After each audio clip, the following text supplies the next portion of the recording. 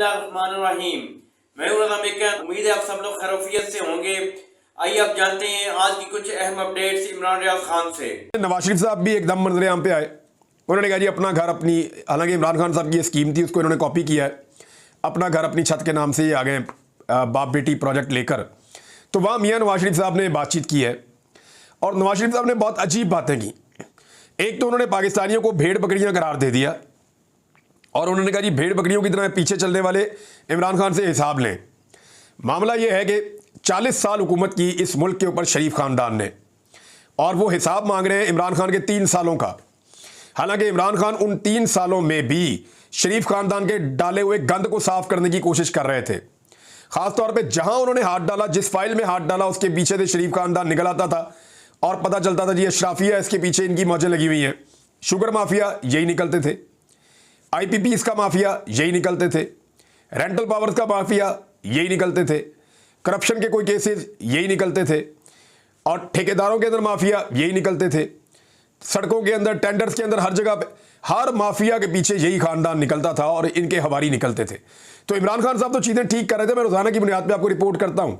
आखिरी चीज़ जो मैंने आपको रिपोर्ट की वो ये किया कि नवाज शरीफ ने यह किया था कि ये जो गन्ने का फोक होता है ना, जो बाकी बच जाता है रस निकालने के बाद, वो जो बुरादा सा, उससे बिजली बनाते हैं, वो बिल्कुल ही कोड़ियों के भाव होता है, उससे बिजली बनाते हैं पाकिस्तान में। इन्होंने कानून बना दिया कि जनाब जो इंपोर्टेड कोयला है जो बहुत महंगा है उसके बराबर पैसे देंगे आपको। जब आप बिजली बनाएंगे, हम जो आपसे बिजली खरीदेंगे ना, तो पैसे हम इंपोर्टेड कोयले के बराबर आपको देंगे, फोक के पैसे नहीं देंगे। कौम को इन्होंने लारा लगाया कि जनाब ये फोक से बिजली बन रही है, बगास से, वो बड़ी सस्ती बिजली है, हमारे यहाँ पे बेशुमार बगास है। शहबाज शरीफ की उस दौर की तकारीर उठाकर आप देख लें, वो बार बार कहते थे जी हम बगास से, गन्ने के फोक से हम बिजली बनाएंगे, हम तो बहुत सस्ती बिजली बनाएंगे, हमारे यहाँ पे मौजूद है। और भाई बिजली तो फोक से बना दी, लेकिन कौम से पैसा ले लिया इंपोर्टेड कोयले के बराबर। इमरान खान साहब ने इसको भी ठीक करने की कोशिश की और उन्होंने इसको रोक दिया। नवाज शरीफ साहब और शहबाज शरीफ वापस आए और वापस आने के बाद इन्होंने फिर वही खेल खेल दिया और दोबारा से ना सिर्फ वो पेमेंट की बल्कि 5% का इजाफा भी कर दिया। और उसके अंदर एक बड़ा बेनिफिशरी जो है वो जहांगीर तरीन के साथ साथ शहबाज शरीफ साहब का अपना बेटा भी है, सलमान शहबाज, जो अक़वाम मुत्तहिदा में जाकर बैठ के तकरीर भी अपने वालिद गिरामी की सुन रहा था। तो नवाज शरीफ साहब ने गिले शिकवे शुरू कर दिए जनाब, और 40 साल की हुक्मरानी के अंदर उन्होंने जो तबाही फेरी है उसके ऊपर बात नहीं करते। ये इमरान खान के 3 साल का रोना रोते हैं। और अब नवाज शरीफ साहब एस्टेब्लिशमेंट के ऊपर से उठाकर सारा का सारा बयानिया अदलिया पे शिफ्ट कर रहे हैं कि जनाब जज कसूरवार थे। बिलावल भी यही कर रहे हैं, यानी बिलावल के वालिद को जो फेंटी लगाई है वो नवाज शरीफ वगैरह ने लगाई है एस्टेब्लिशमेंट के साथ मिलके। और नवाज शरीफ ने जरदारी को जेल में डाला। जो जबान कटने का एक वाकया है वो भी नवाज शरीफ के दौर का है। और लेकिन अगर आप देखें कि जरदारी साहब की जेल थी कैसे, वो रिकॉर्ड के ऊपर है, सहाफ़ी बताते हैं। वो मरहूम ज़िया शाहिद साहब बताते थे कि जेल के साथ कोठी थी, वहाँ पे ये होते थे और इनकी खिदमत के लिए बड़े लोग मामूर होते थे। इस किस्म की बातें वो बताते हैं। बहरहाल मैं निजी जिंदगी में नहीं जाता, लेकिन वो जेल तो नहीं थी ना।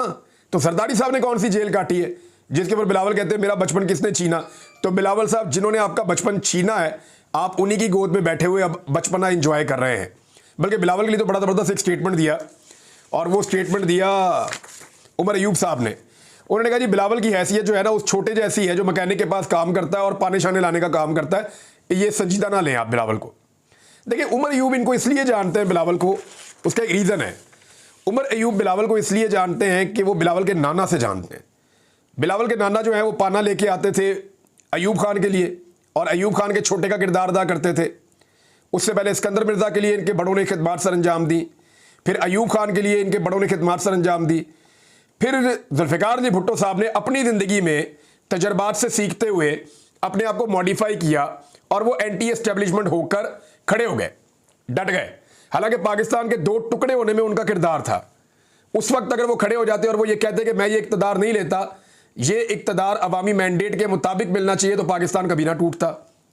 लेकिन जुल्फ़िकार अली भुट्टो साहब ने उस वक्त याह्या खान के साथ मिल गए वो, और उन्होंने अपने इक़्तिदार को तरजीह दी। तो वो इक़्तिदार तो मिल गया, लेकिन पाकिस्तान का क्या बना? लेकिन देर आए दुरुस्त आए। जुल्फ़िकार अली भुट्टो साहब जब इनकलाबी बने तो उनको फांसी चढ़ गए। बेनज़ीर भुट्टो साहबा ने जब वही रास्ता इख्तियार किया तो बेनज़ीर भुट्टो शहीद हो गई। तो अब उनका जो नवासा है वो अपने नाना और अपनी वालदा की कुर्बानी के बजाय अपने वालिद जरदारी के रास्ते पे चल रहा है। तो बिलावल जरदारी ने वही किया जो उनके वालिद ने किया, या पुराना उनके खानदान का एक वतीरा था, वो बिल्कुल बेसिक पे पहुंच गए हैं और वो बी टीम का काम करते हैं इस वक्त पाकिस्तान में। उनकी कोई जमहूरी सोच इस वक्त तो दिखाई नहीं देती। वकला ने बड़ा तगड़ा एहतजाज किया जी इस्लामाबाद में। पिछले एहतजाज के ऊपर इमरान खान साहब खाइफ भी हुए थे, बहुत थोड़ी तादाद में वकला थे। आज कंटेनरिस्तान बनाया हुआ है इस्लामाबाद को। यानी अगर आपको मैं एक हकीकत बताऊं ना, तो 2022 में 7 और 8 अप्रैल को ये कंटेनर पहली दफ़ा पहुंचे थे इस्लामाबाद में।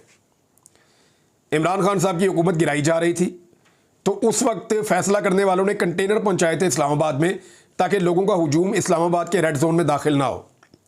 तो उस वक्त जो कंटेनर लगे थे ना, वो अब तक मुस्तकिल तौर पे उठाए नहीं जा सके। बस ये ज़रूर होता है थोड़ी देर रास्ता खुलता है फिर बंद हो जाता है। तब से लेकर अब तक पाकिस्तान में इस्तेहकाम नहीं आ रहा। हर थोड़े दिन बाद इस्लामाबाद कंटेनरिस्तान बन जाता है और ये हम 2.5 साल से होता हुआ देख रहे हैं। वजह क्या है कि जो हुकूमत बनाई गई है वो अवामी मैंडेट से महरूम है, अवामी हमायत और सपोर्ट उसके पास नहीं है। इस हुकूमत को अवाम से बचाने के लिए कंटेनर लगाए जाते हैं, सिर्फ इतनी सी वजह है। वरना आप देखें इमरान खान साहब के दौर में सवाए कोरोना वायरस के, जो कोरोना वायरस का जब टाइम आया था तो उन्होंने कहा था जी कि अब हम आपको हुजूम इकट्ठा नहीं करने देंगे, आलमी सतह पे एक वबा है तो उससे बचना पड़ेगा। वैसे तो उन्होंने कंटेनर ऐसे नहीं लगाए थे और सियासी जमातों के खिलाफ तो बिल्कुल नहीं लगाए थे। हाँ, मजहबी सियासी जमातों के बारे में इमरान खान साहब की पार्टी ने एक पॉलिसी ली थी उनकी हुकूमत ने, उसके ऊपर आप डिबेट कर सकते हैं। लेकिन PMLN फजलुर रहमान साहब, पीपल्स पार्टी, इनके साथ तो उन्होंने कुछ नहीं किया। इनको तो पूरा मौका दिया था और इनको फैसिलिटेट किया था। लेकिन आज ये अवाम से अपने आप को बचाने के लिए हर वक्त कोशिश करते रहते हैं। वकला ने 2 चीज़ें बड़ी क्लियर कर दी हैं, बाकी चीज़ों से वकला का कोई लेना देना नहीं। आईनी तरमीम में जो मर्जी करें ये। एक वो कहते हैं जिसके ऊपर फड्डा पड़ना है। मैं आपको पहले बता रहा हूं कि फड्डा अगर पड़ेगा तो 2 चीज़ों पे पड़ेगा। नंबर 1, वकला ये कहते हैं कि हमारा अगला चीफ जस्टिस मंसूर अली शाह है। बस ये पत्थर पे उन्होंने लकीर का, ये हम इसके अलावा हम नहीं मानेंगे। नंबर 1। नंबर 2, वो ये कहते हैं कि हम सुप्रीम कोर्ट के ऊपर किसी और अदालत को नहीं मानते। ये जो अदालत आप बनाना चाह रहे हैं, आईनी अदालत, और सुप्रीम कोर्ट को उसके अंडर करना चाह रहे हैं, ये हम नहीं मानते। हाँ, कोई मिली जुली चीज़ कुछ और हो जाए तो शायद वो मान जाए, लेकिन ऐसी अदालत को वो नहीं मानेंगे। ये 2 चीज़ें अगर हुई ना तो पाकिस्तान में फड्डा पड़ जाएगा, रौला हो जाएगा पूरे पाकिस्तान में, वकला की तहरीक चल पड़ेगी। अब जो केस लगा हुआ था वो तो बहुत सारे लोगों ने रिपोर्ट कर दिया, आपको आइडिया हो ही गया होगा कि सुप्रीम कोर्ट ऑफ पाकिस्तान में क्या चल रहा है। बस इतना मैं आपको बता देता हूं कि इमरान खान साहब से मुशावरत के लिए टाइम दिया गया है बैरिस्टर अली जफर साहब को, और कल ये केस दोबारा लगेगा और बहुत जल्दी है। और सबको पता है नवाज शरीफ साहब पाकिस्तान से बाहर जाना चाहते थे, उनको रोक लिया गया है और उनको ये कहकर रोका गया है कि अगर आप बाहर चले गए तो आपकी पार्टी के लोग मुतनफ़र हो जाएंगे। हम बड़ी मुश्किल से पहले ही वोट पूरे कर रहे हैं, तो मियाँ साहब रुको, पाकिस्तान से आपने वोट डालना है।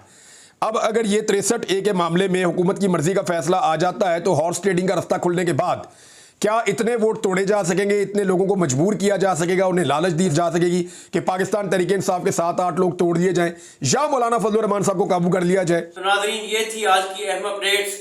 इसी के साथ अपने मेजबान रज़ा मेकन को इजाज़त दीजिए। अल्लाह हाफिज।